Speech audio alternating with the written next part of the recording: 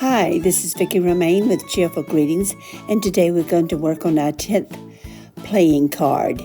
Remember, I started with the Joker, and I then went to the Ace of Hearts, and we've worked ourselves down to the Six of Hearts now. So today I'm going to be doing the Six of Hearts and the Five of Hearts. First, I'm going to distress the edges.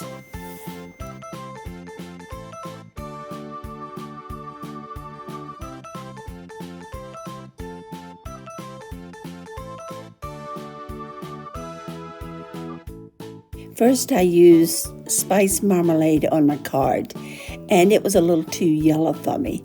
So I'm going back over it now with the Walnut stain, and that should tone it down quite a bit. So many times I have used a double layer of distressed ink on my item. Now I have to do something to the background, and I have my new embossing folder here, and I'm going to try it out with my card, and we'll see what kind of background it will make.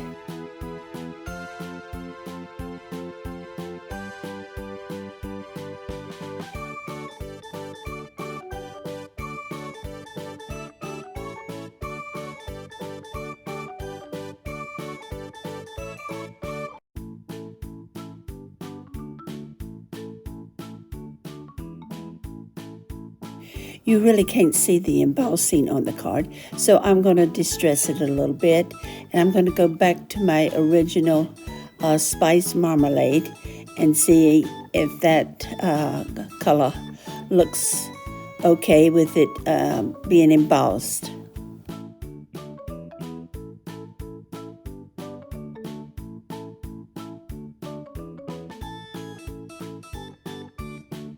Now that I have finished embossing and highlighting the area on my card, I'm going to kind of see what I want to put on it. There's a little tab and a butterfly, and it's a triple layered little butterfly. It has a dimensional on the bottom, so he'd pop up, and then I got one level of a flower, but it's kind of lonely by itself, so I'm going to put a multi-layered flower here. And I have a brad that is here somewhere. It's a little heart, and I'm going to put it in the center of my flower.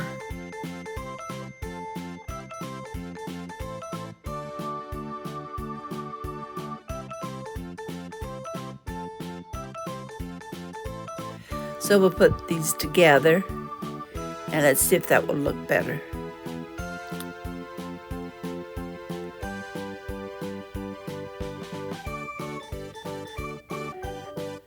Turning my little brad around so the heart is facing the right direction, and that gives it a little more dimension.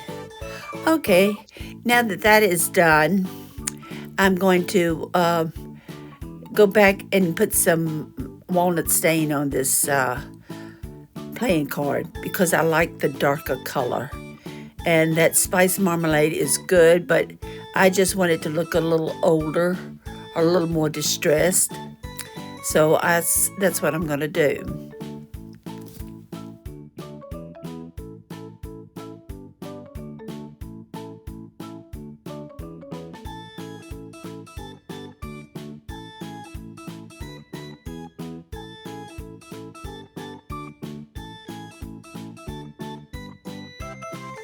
I like this a lot better. I think it looks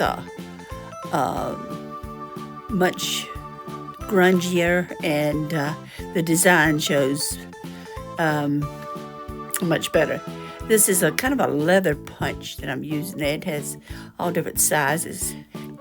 I used it to make the hole in my playing card because it has a real small size.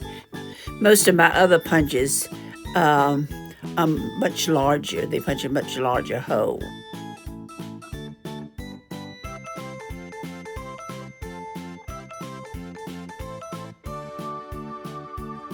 My little brad on the back will not show because I'll be putting a book page on the back, just like I did the rest of them. If you saw my video for last week, you will see that I covered them all on the back with a book page and put a number on it. So this should be number 10, I believe.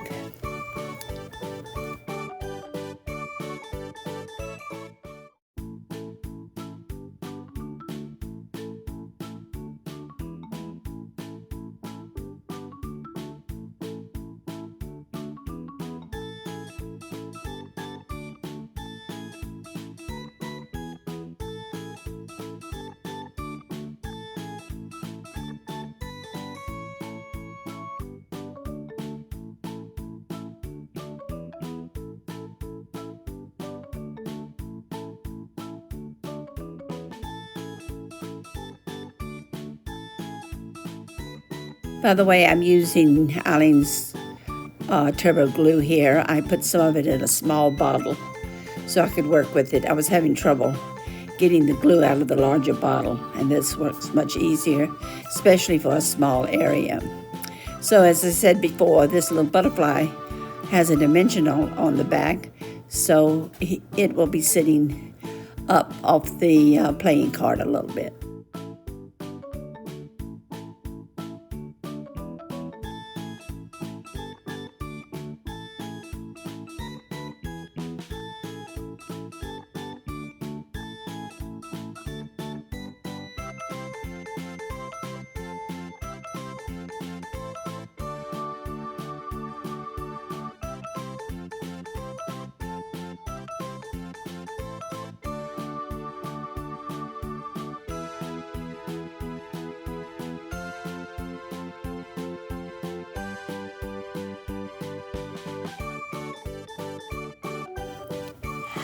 Here we are. I believe that card is finished.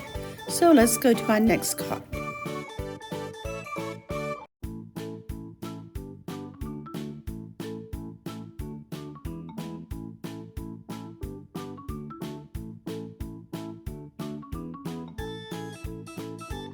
I tried to make each one of my playing cards entirely different. So I want to do the same with this. Maybe I should use some book page on the front. I haven't done that on any of them yet. I'm going to use rubber cement, and the nice thing I like about rubber cement that it's kind of a semi-liquid, and when you put it on your paper or your cardstock, you are able to move it over and put it in place, and it doesn't mess anything up.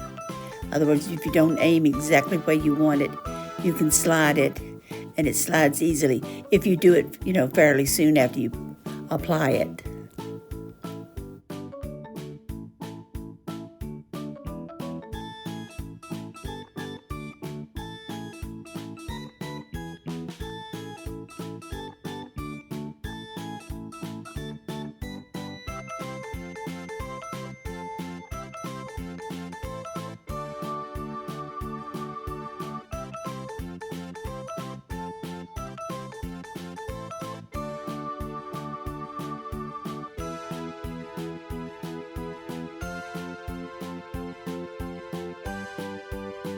I tried to do something to the playing card to reveal what is underneath.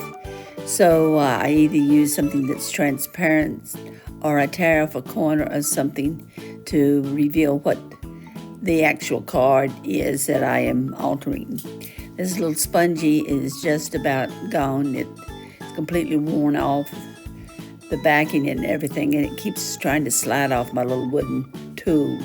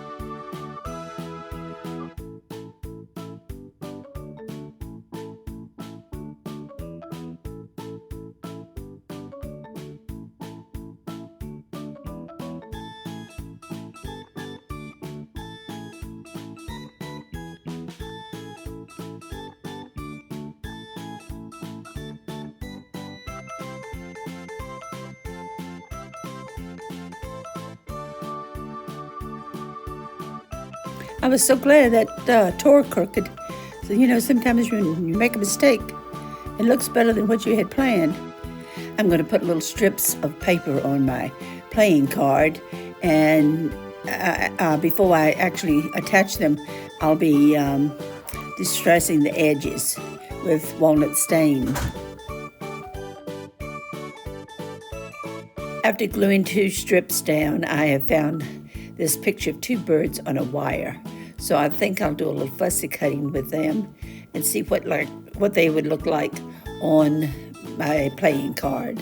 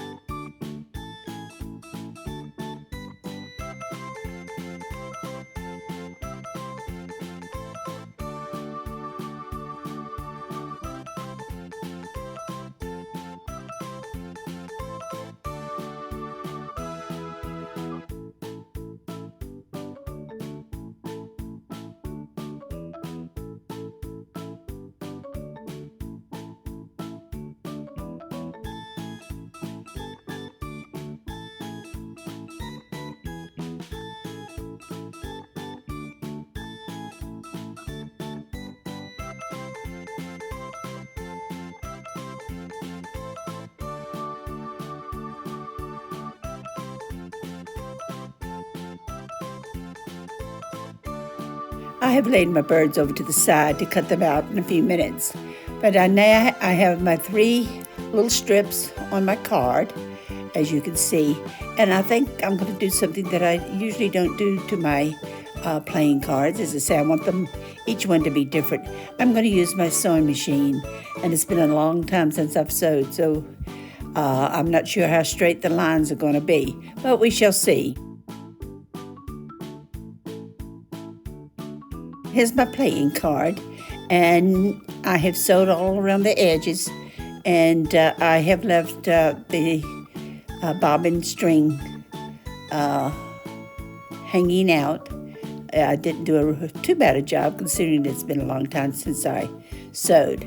So now what I'm trying to do is decide what I want to put on here. I have my 2 little birds that I cut out, and I'm not sure which way I'm going to have them go, because that little pole that they're sitting on, a little wire, because it's just a little longer than my playing card. So I'm going to put it at an angle, I think. And I believe I'm going to put a feather up in the corner.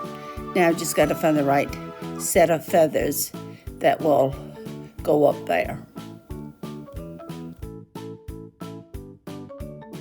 I have a couple little feathers I think will work up in the corner, and my playing card will be almost finished.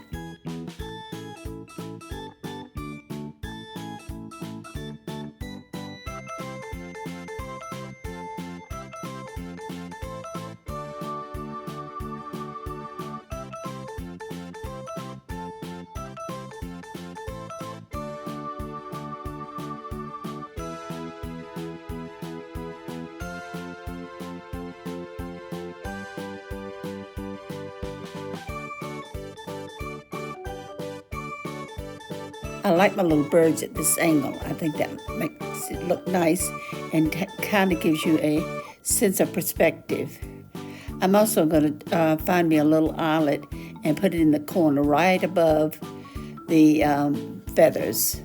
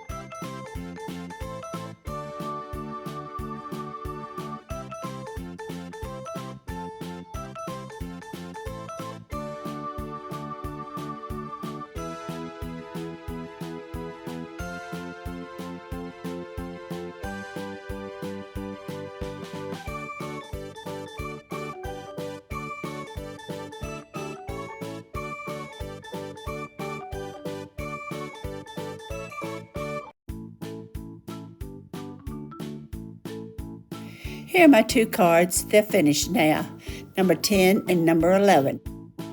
I hope you have enjoyed watching me make these 2 cards and have joined me in this full deck challenge. In the meantime, please come back and see me and see what I have in store for you for next time. And I hope you have a great crafting day. Bye.